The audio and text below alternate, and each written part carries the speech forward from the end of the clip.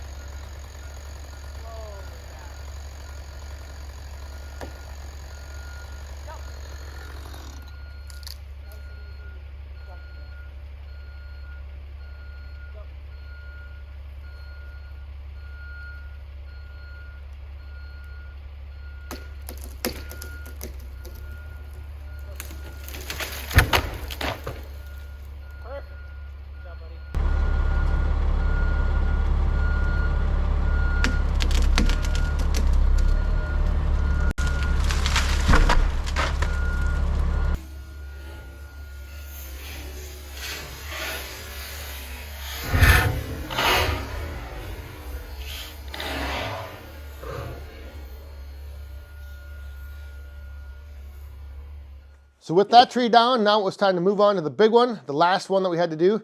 And Rick had this little gimmick that he used. He pumps it up full of air and then it shoots a little weighted bag with a line up through the tree that we can pull the cable up with. Yep, pretty much.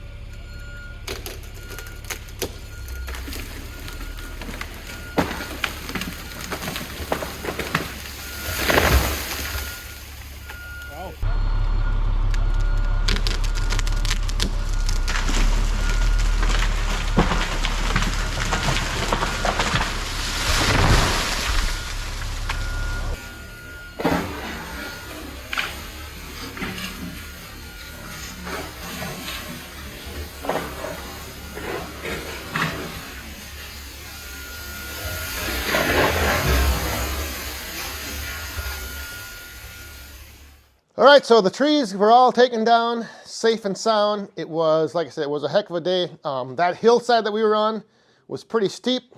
It made for a lot of work. Luckily we had enough people. There's 3 of us that we had one guy that could unhook the rope as it came down. I was pulling the rope back up, lowering the branches down, and then in the end, we had both trees, or 2 of the big trees that we had to pull. We got those down safely. And it was, like I said, that last one was a big tree. And I could not believe, it was, like I said, leaning back and kind of down towards the driveway, and they ended up taking it almost all the way around and up onto the hill. It was probably hard to see the angles and everything on camera, but pretty impressive, pretty impressive. So anyway, I did find something right here, these little things. You probably aren't going to be able to guess what I'm going to use these for, but if you want to take a stab at it, go ahead. But I got an idea in mind of something I'm going to do back on the splitting shelter. And these little things are going to come in handy to accomplish that. So tune in for a future video to see just what these are going to be used for. Thanks for watching. We'll see you guys next time. Stay safe, have fun, and be cool.